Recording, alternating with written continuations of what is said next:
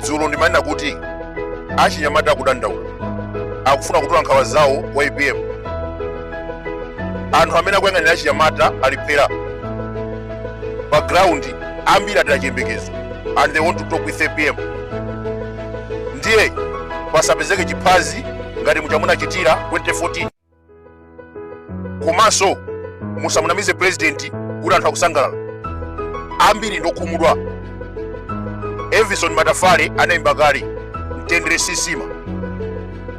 Miyezi yochepa ndinu mabilionea and you are still busy kukhomerera. Anthu oyipa kwambiri. Ndiye timanena kuti apaseni mpata achinyamata akumanire IPM. Musakhomerere ngati muchamunachitira 2014. Now nkhondo kwirani. Atsogoleri ambiri achiluya anapakidwa ndi atsamunda. Mukaona akuphedwa amakhala kuti aphwanya pangano. World War I, Ottoman Empire imamula Middle East. Atsogoleri ake amazitchwa Khalifa, kutanthauza kuti mulowa m'malo wa Prophet Muhammad. 1916 ma British anamunyengerera Hussein bin Ali, sherifu wa Mecca, anaukira ndi kulanda boma. Atsamunda anamuonjeza kuti akagonjetsa Ottoman adzakhala Khalifa. Koma Treaty of Versailles inapereka Lebanon ndi Syria ku France, Iraq, Saudi Arabia, Gulf Nations, Palestine ku Britain. Hussein bin Ali anakwiya ndi kuzikhazikitsa kukhala Khalifa. Khalifa ndanena kale kuti mulowa m'malo wa Prophet Muhammad kapena mtsogoleri wa Asilamu. Mwana wake Faizo anali mfumu ku Iraq. Mwana wina Abdullah anapanga ufumu ku Jordan. Kwa chifukwachi ma British anachita sponsor Ibn Saudi 1924. Anamuthibula ndi kumuthamangitsa ku Mecca. By 1932 Saudi mothandizidwa ndi Britain anapanga dziko Kingdom of Saudi Arabia. Now mukhoza kuona kunena kuti Ottoman Empire anali Asilamu. Ma British anagwiritsa ntchito Hussein bin Ali Msilamu kuti achotse Ottoman Empire. Nayenso atamba mwano ma British omwewo anagwiritsa ntchito Ibn Saudi kuti achotse Hussein bin Ali. Mbuyo muli mafotokoza kuti Asilamu amenewa amaperekana okhaokha. And you can see here Ottoman Empire anali Isilamu, ma British anagwiritsa ntchito Hussein bin Ali kuti achotse Isilamu zawo. And Hussein bin Ali anachotsedwa ndi Ibn Saudi Isilamu. Qatar, Oman, Dubai, Kuwait, Abu Dhabi, Bahrain anali pasi pa Britain kuyambira 1820. World War I, World War II amatetezedwa ndi atsamunda.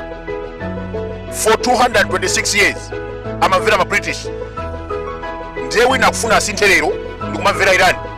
How is that possible?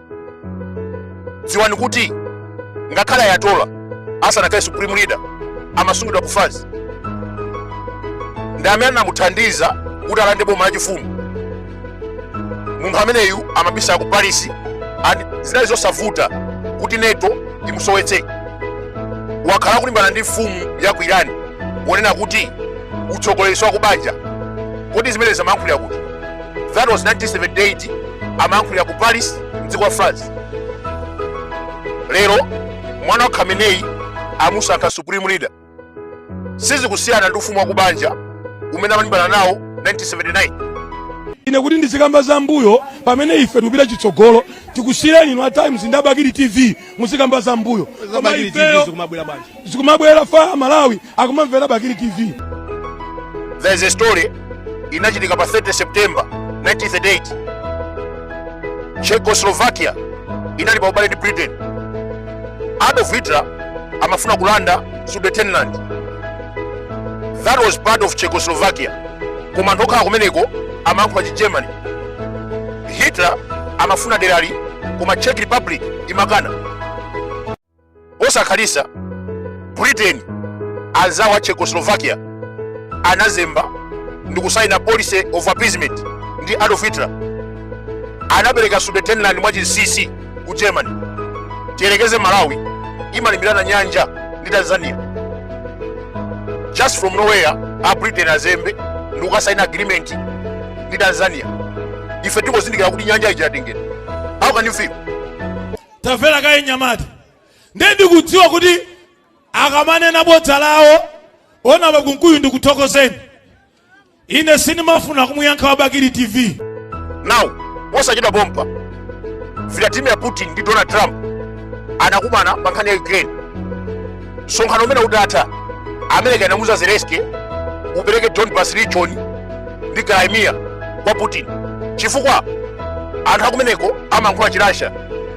Zelensky anakana pozindikira kuti that is same mistake ya policy of appeasement in 1939. Trump ndi Putin anakambirana mwachinsinsi ngati momwe amakambirana Chamberlain ndi Adolf Hitler. Anachoka ku meeting America yatenga Venezuela pana kulimbana ndi Iran. Zelensky akusowa zida za nkhondo kumenyana ndi Russia. Nayenso Putin akung'ang'anira zake Iran akuphedwa. Ndaona ni ubale wa Venezuela ndi Putin unali ubale wakulu kwambiri. Lero Amalawi akumakhala m'mabawo kumamvera mabodza Abakili Muluzi TV. So policy of appeasement ndi imene chifukwa mbiri takhala kuiphunzira ku school form 4 maphunzira policy of appeasement Munich agreement zikuchitika lero. Donald Trump wakhala kumana ndi Putin amakambirana nkhani ya Ukraine. From there Trump anatuza kuti iwe Zelensky upereke Donbas region Crimea ku Russia chifukwa chona kuti anthu akumeneko amayankhula Chirasha. Zelensky anakana. And from there mwatititi Trump alanda Venezuela. Today akulimbana ndi Iran. That is policy of appeasement. Britain inapereka Czechoslovakia 1939 and even Poland. Vladimir Putin akupereka Venezuela ndi Iran. The other side Donald Trump akupereka Crimea, Donbas region ku Russia. Lero a president ndinene mawu awo. Kwabwera TV ina yongo yankula pa wireless. Vela na Nyamadayimu. Zikomo kwambiri Nyamada Mulalo zikomo. Akuti Bakili Muluzi TV